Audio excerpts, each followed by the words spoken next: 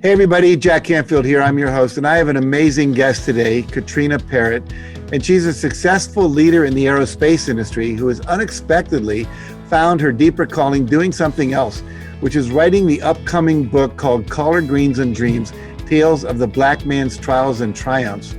So welcome to the show, Katrina. Thank you, sir. I'm really honored to be here with you. Well, you know, with the Black Lives Matter movement at the forefront of many people's minds these days, your book is very, very timely. Really glad to be talking to you about it. So the book title illustrates both the despair and the hope of what it means to be a Black man in today's world. What was your goal in collecting these stories? Basically, as you mentioned, Black Lives Matter. I wanted the stories to be told by those who are challenged in the world that we live in today.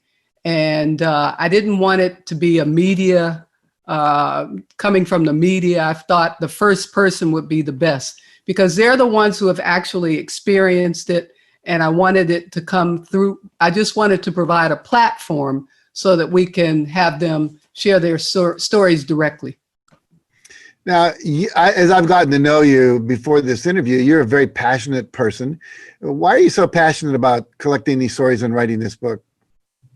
With everything that's been going on in the world today, I believe that it's really, really important for the world to see it through their prism rather than, use the perspective of what's in the media, what's in the newspapers.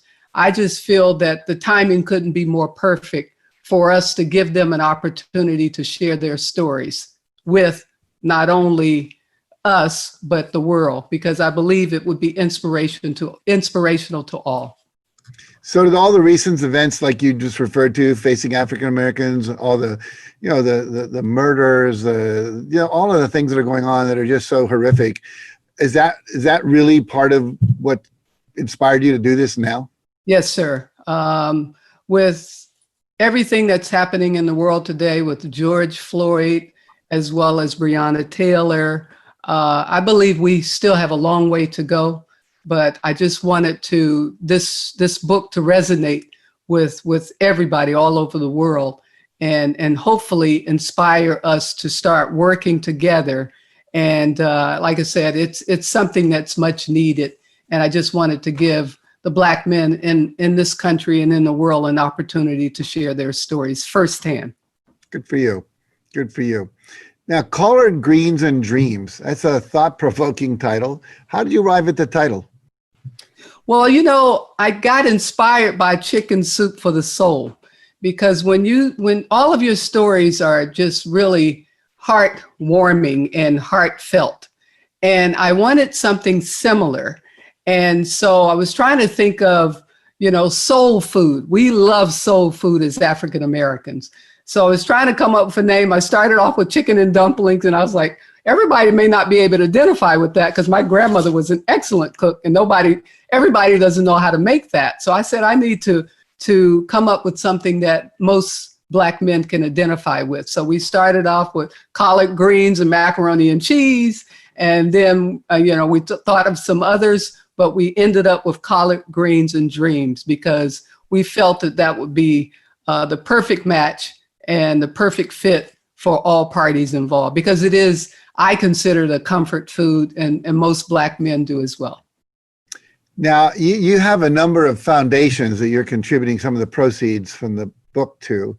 Yes. And one of them was, I think it was the Johnson Family Reunion Fund. Yes. And I actually went on your website to check that out because I was just curious what that was. Yes. And I looked at, there was a part called menu.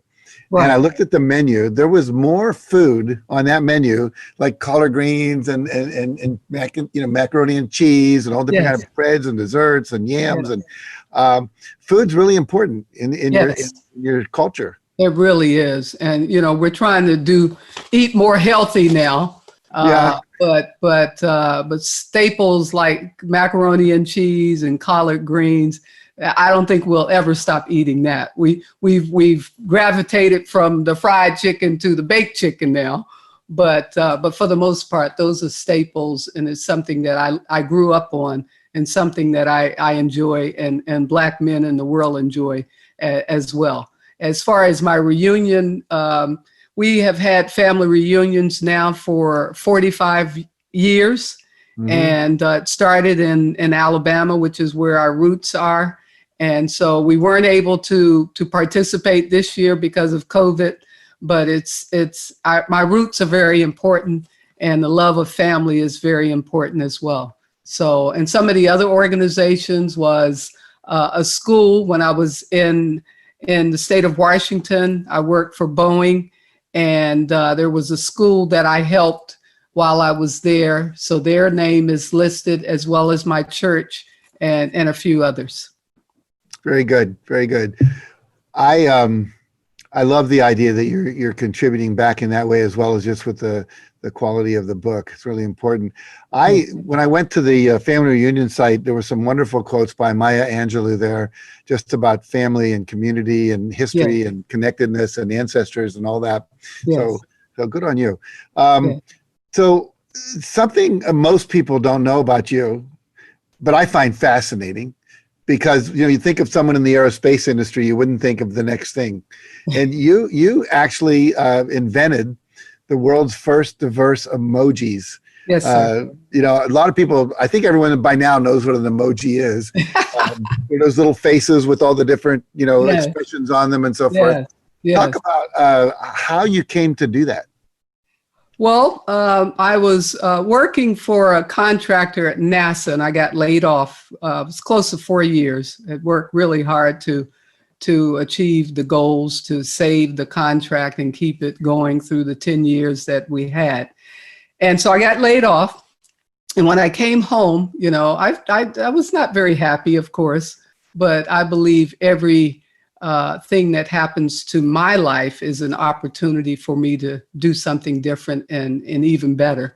So I came home, and my daughter was at UT at the time in Austin, Texas, and she came home on the weekend, and she said, we were just talking, and she says, it sure would be nice for me to send an emoji to my friend that looks like me. And the first thing I said, what is an emoji? And then she told me, here it is. They're all Caucasian. And I said, oh, really? And I said, that sounds like an amazing idea. So I started doing some research, and I saw that the giants were being talked about in terms of them wanting to, the public wanted more representation. So I took the lead and decided to pull a team together. And I didn't want to do just African American, because I didn't want them to talk about me like they were talking about the giants. So I said, let's do a representation of the world. So we came up with an emoji for an African American, Hispanic, Latino, Caucasian, Asian, and those that are from India. So that's how we came up with the 5 skin tone emoji. And I'm really, really proud to be a part of an invention that nobody had come up with before. So we launched in October of 2013, and just recently we launched emojis for COVID-19. So we have the wash your hand emoji and the mask emoji. So we're just trying to stay fresh and to reemphasize the importance of doing what we can to keep this pandemic under control. That's beautiful. That's very good. I'm just curious, when you realized, hey, we're not represented here, did that affect the motivation to want to also write that book, in the sense that the Black men are not represented, their stories out in the culture? Well, I did do a little research, and I did discover that we have a chicken soup for the African American soul, and we have a chicken soup for the African American woman's soul. And I said, what about the Black man? We need stories. We want to hear about their stories. I believe they have been impacted significantly in the world that we live in, and sometimes and not as favorable as we would desire. So I just wanted them to have the voice and the platform to share their stories. And the few stories that I've collected so far, it has really warmed my heart. And I believe that it will be equally as inspirational to everybody who reads the book. Great. Well, I want to give you an opportunity, not just to tell people they ought to buy the book when it comes out, but if people wanted to submit a story, how do they do that? Yes, right now we are completing our website. It's going to be called Collard Greens and Dreams. And so you can go out and submit your story there. But in the interim, until such time as we finalize that, you may send your story to stories@collardgreensanddreams.com, and we can facilitate it there as well. Beautiful, beautiful. Well, as someone who's edited 21,000 stories, I think, for Chicken Soup, some ridiculous number like that, I just want to congratulate you for taking on the challenge to do this. And I wish you all the best of luck with the book. I look forward to reading it and help you promote it. And I look forward to that as well. So thank you for being you and for taking on all of these challenges in your life that make a difference. Thank you for your support, and I certainly look forward to working with you in the future because you have a tremendous amount of experience to add to this platform, and I would be welcome. I would be honored to have your support. Yeah, well, I'm glad that I'm able to inspire people to do more of the kind of books we did. And so thank you for taking on the mantle and picking up the torch and running the race. I really appreciate it. Take care, Katrina. And thanks for joining us. And you know where to go now, collardgreensanddreams.com. You can send stories there, and also look for the book when it comes out. And I'm sure we'll be promoting it on our website and our Facebook page as well. So thank you for joining us. And all of you watching, thank you for joining. And let's see you again next week. We'll have another interesting guest. And until then, stay healthy, stay safe, and stay calm.